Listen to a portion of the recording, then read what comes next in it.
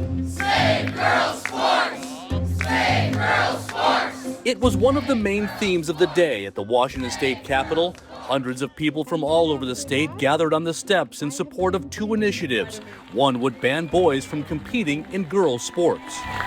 We're going to make sure that no child is going to stand an athletic performance and look up at the podium and see adults applauding to a male beating women in their chosen craft, their sport.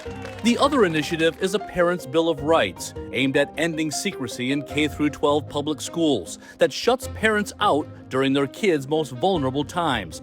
It would require schools to give full access to all medical and counseling records held by schools and routinely kept from parents. The teachers' union is fighting the initiative, but many teachers know current law breeds mistrust. I am not the only teacher that knows that men and women are different. I'm not the only teacher that knows that parents know what's best for their children. And I'm not the only teacher that knows that parents love their kids far more than I ever could. Both initiatives are sponsored by the grassroots group Let's Go Washington. It gathered nearly 900,000 signatures to qualify for the October ballot. Democrat leaders who control all levels of state government refuse to consider the initiatives, sending it directly to state voters. For yourselves, for your children, for your families, for your neighbors, for everyone in Washington, will you fight for your voice? We're going to stand up for our women in our society, our daughters, our granddaughters, and we're going to stand up for our kids and make sure that there's no secrets between the government and their schools and our kids, and we're going to pass these initiatives on the ballot. The initiatives are gaining attention across the U.S. Jamie Reed is a nationally known whistleblower who used to work in a Missouri gender clinic, responsible for thousands of transitions. Many are minors.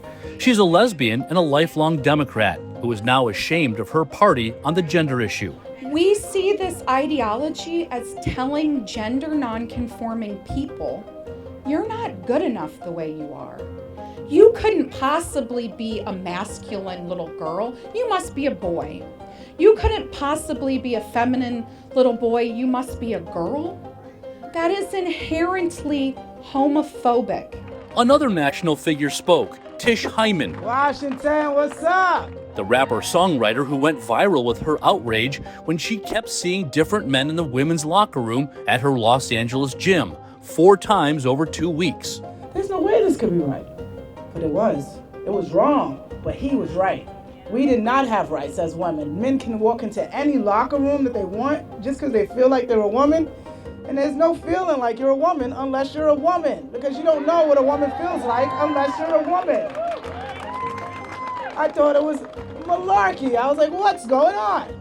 On parents' rights, the crowd heard from Jody Holman, whose daughter has been missing for months, the apparent victim of a school district that kept critical information from her parents and allegedly guided her toward gender transition. I am here today because initiatives like these matter in real life. They matter when families are already under strain. They matter when time matters. They matter when children are at risk and parents are trying to act quickly and responsibly and in good faith. Olympia Democrats would not even hold hearings on the two initiatives, but Let's Go Washington would not be deterred. Republican lawmakers held listening sessions, allowing stories to be heard, including from teenage girls who were forced to compete against boys. With Democrats ignoring the public, it looks like the issues will be settled by the public in October. I love Washington State. We're going to fix what's broken. With all of your help, we're going to restore parental rights and keep girls' sports protected. Thank you very much for coming today. The man behind Let's Go Washington likes to say these are not left-right issues, they are common sense issues. With Democrats in Olympia ignoring all the citizens who signed those initiatives and the dozens of people who spoke in favor of them, it's the voters who will now get the final say.